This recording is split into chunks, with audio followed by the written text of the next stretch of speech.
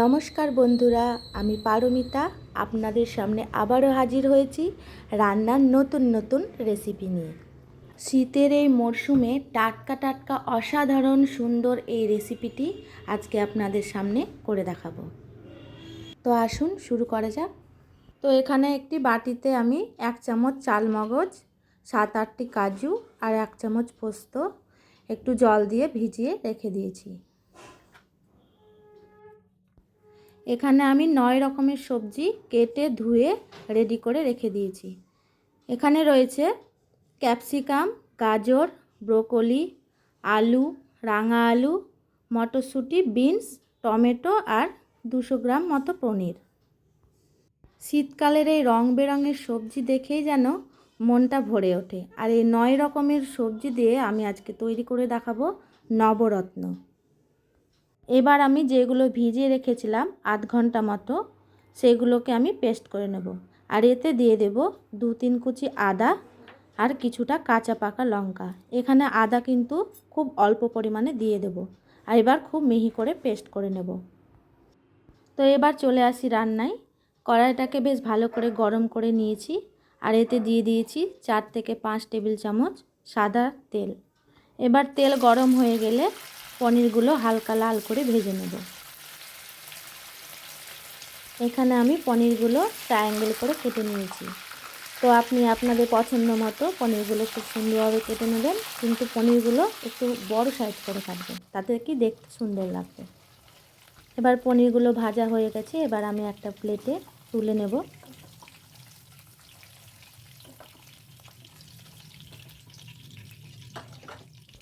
এবার আমি ব্রোকলিটা ভেজে নেব আগে। ব্রোকলিটা সব সবজির সঙ্গে একসাথে ভাজলে ব্রোকলিটা গলে যাওয়ার সম্ভাবনা থাকে, আর ভাজাটাও ঠিকঠাক হয় না। তো আমি এরকম করে ভেজে নিয়েছি হালকা লাল করে। এবার আমি একটা প্লেটে তুলে নেব।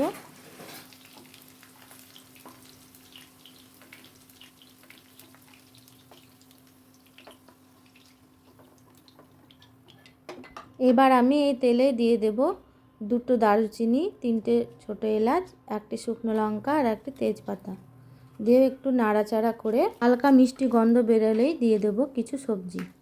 এখানে আছে বিনস, আলু আর গাজর। যেহেতু এই সবজিগুলো একটু শক্ত, ওই জন্য এগুলো আগে আমি ভালো করে ভেজে নেব। সবজিগুলো হালকা ভাজা হয়ে গেলে দিয়ে দেব রাঙা আলু। রাঙা আলুটা একটু হালকা করে ভেজে নেব। আর একটু ভাজা হয়ে গেলে এবারে আমি দিয়ে দেব ক্যাপসিকামগুলো। নবরত্ন করার জন্য সবজিগুলো খুব বেশি ভাজলে কিন্তু হবে না, এরকম হালকা করে ভেজে নিয়েছি। এবার আমি সবজিগুলো একটু সাইড করে মাঝখানটা ফাঁকা করে দিয়েছি। এবার ওতে দিয়ে দেব পেস্ট করে রাখা মশলাটা। সবজিগুলো আলাদাভাবে তুলে রাখার কোনো দরকার নেই। এইরকমভাবে সবজির মধ্যে মশলাটা দিয়ে খুব ভালোভাবে কষিয়ে নিতে হবে। আর কষানোর সময় গ্যাসের ফ্লেমটা লো টু মিডিয়ামে রেখে কষাতে হবে। মশলাটা আমার কষা হয়ে গেছে, মশলা থেকে তেল ছেড়ে দিয়েছে। এবার আমি দিয়ে দেব মটরশুঁটি আর দিয়ে দেব ভেজে রাখা ব্রোকলিগুলো। আবারও একটু কষিয়ে নেব। এবার দিয়ে দেব স্বাদ মতো নুন আর 2 চামচ চিনি। নবরত্ন একটু মিষ্টি মিষ্টি বেশি ভালো লাগে।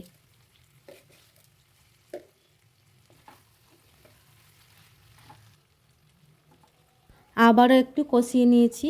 তো কষাতে কষাতে এখানে সবজিগুলো আমার 70% মতো সেদ্ধ হয়ে গেছে।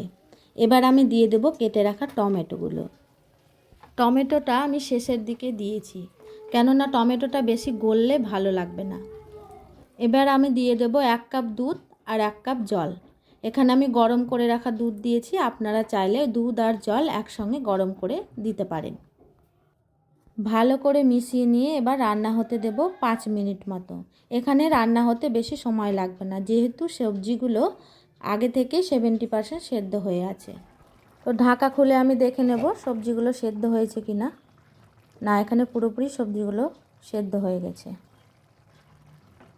এবার আমি ভেজে রাখা পনিরগুলো সবজির মধ্যে দিয়ে দেব। এবার নাড়াচাড়া করে কিছুক্ষণ রেখে দেব।